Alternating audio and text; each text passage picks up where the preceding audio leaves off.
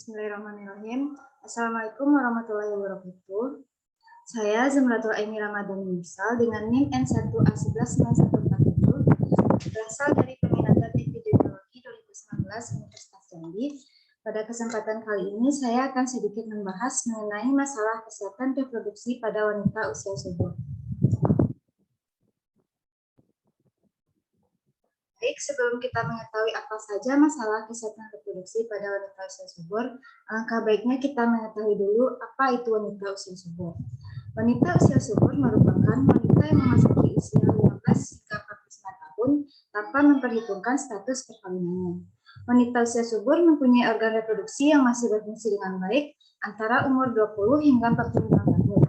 Dengan puncak kesuburan ada pada rentang usia 20 hingga 29 tahun. Pada usia ini, wanita memiliki kesempatan 95% untuk hamil. Next slide. Kita akan memasuki masalah kesehatan reproduksi pada wanita usia subur. Lanjut. Masalah kesehatan reproduksi pada wanita usia subur yang pertama yaitu kanker payudara. Kanker payudara merupakan pertumbuhan yang tidak normal dari sel-sel jaringan tubuh yang berubah menjadi ganas. Berdasarkan data Global Cancer Observatory tahun 2018 dari WHO, dapat kita lihat pada gambar di layar bahwa insiden kanker payudara mencapai 42,1% per 100.000 penduduk, dengan rata-rata kematiannya mencapai 17% per 100.000 penduduk. Next.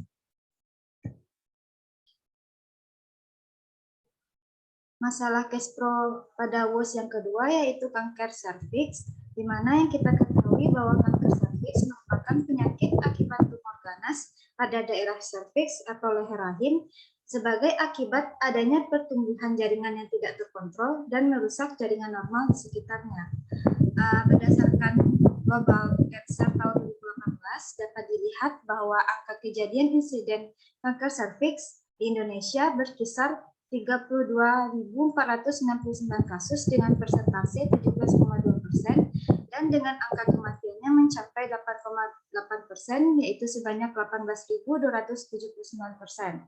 Angka penderita kanker serviks di Indonesia ini telah mencapai 23,4% per 100.000 penduduk dengan rata-rata kematian akibat kanker serviks ini mencapai 13,9% per 100.000 penduduk. Ini berdasarkan pada data box tahun 2019. Masalah Kespro yang ketiga yaitu HIV/AIDS, di mana AIDS merupakan bentuk terparah akibat terinfeksi dari virus HIV. Berdasarkan United Nations Program on HIV and AIDS pada tahun 2019 dapat dilihat bahwa populasi terinfeksi HIV terbesar di dunia terjadi di benua Afrika dengan jumlah kasus mencapai 25,7 juta orang dan peringkat keduanya diikuti oleh Asia Tenggara dengan jumlah kasus 3,8 juta dan peringkat ketiga terjadi di daerah Amerika dengan jumlah kasus 3,5 juta. Sedangkan dengan kasus terendah ada pada di Pasifik Barat dengan jumlah kasus 1,9 juta orang. Dan berdasarkan jumlah infeksi HIV yang dilaporkan oleh kelompok umur pada tahun 2019 dapat kita lihat bahwa penderita HIV/AIDS didominasi pada kelompok umur 25 hingga 49 tahun, di mana yang kita ketahui tadi bahwa kelompok umur ini merupakan termasuk ke dalam kelompok umur wanita usia subur. Lanjut. Berdasarkan jumlah kasus HIV dan AIDS berdasarkan tahun di Indonesia, terlihat bahwa kasus HIV mencapai puncaknya di tahun 2019, di mana terdapat sebanyak 50.282 kasus pada tahun 2019 ini. Sedangkan terdapat 78% infeksi HIV baru di regional Asia Pasifik berdasarkan data WHO 2019. Dan kasus AIDS tertinggi selama 11 tahun terakhir terjadi pada tahun 2013, yaitu mencapai jumlah kasus 12.214 kasus. Ini berdasarkan dari sumber Dirjen P2P Sistem Informasi HIV/AIDS dan IMS pada laporan tahun 2019.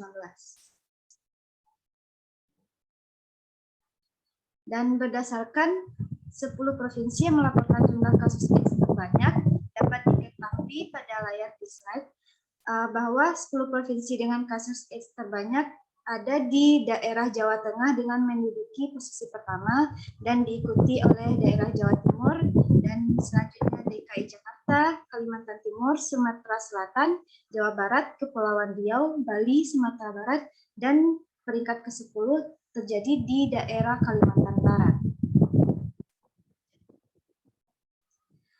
Saya akan sedikit membahas mengenai program keluarga berencana, di mana program keluarga berencana memiliki kaitan yang erat dengan masalah kesehatan reproduksi pada wanita usia subur. Dan di mana program keluarga berencana ini merupakan salah satu program pemerintah yang membantu pasangan suami istri untuk mengatur serta mengontrol interval di antara kehamilan dan kelahiran di dalam keluarga. Lanjut. Berdasarkan distribusi kepesertaan KB di tahun 2018 dapat dilihat pada diagram bahwa KB aktif di antara pasangan usia subur tahun 2018 mencapai 63,27%, di mana angka ini hampir sama dengan tahun sebelumnya yaitu 63,22%. Dan sedangkan target rencana pembangunan jangka menengah nasional yang ingin dicapai pada tahun 2019 yaitu sebesar 66%, di mana angka ini masih belum mencapai target RPJMN, namun hampir mencapai targetnya, hanya selisih sekitar kurang lebih 3%. Dan berdasarkan hasil SDKI tahun 2017 juga menunjukkan bahwa angka yang sama pada KB aktif yaitu sebesar 63,6%. Lanjut.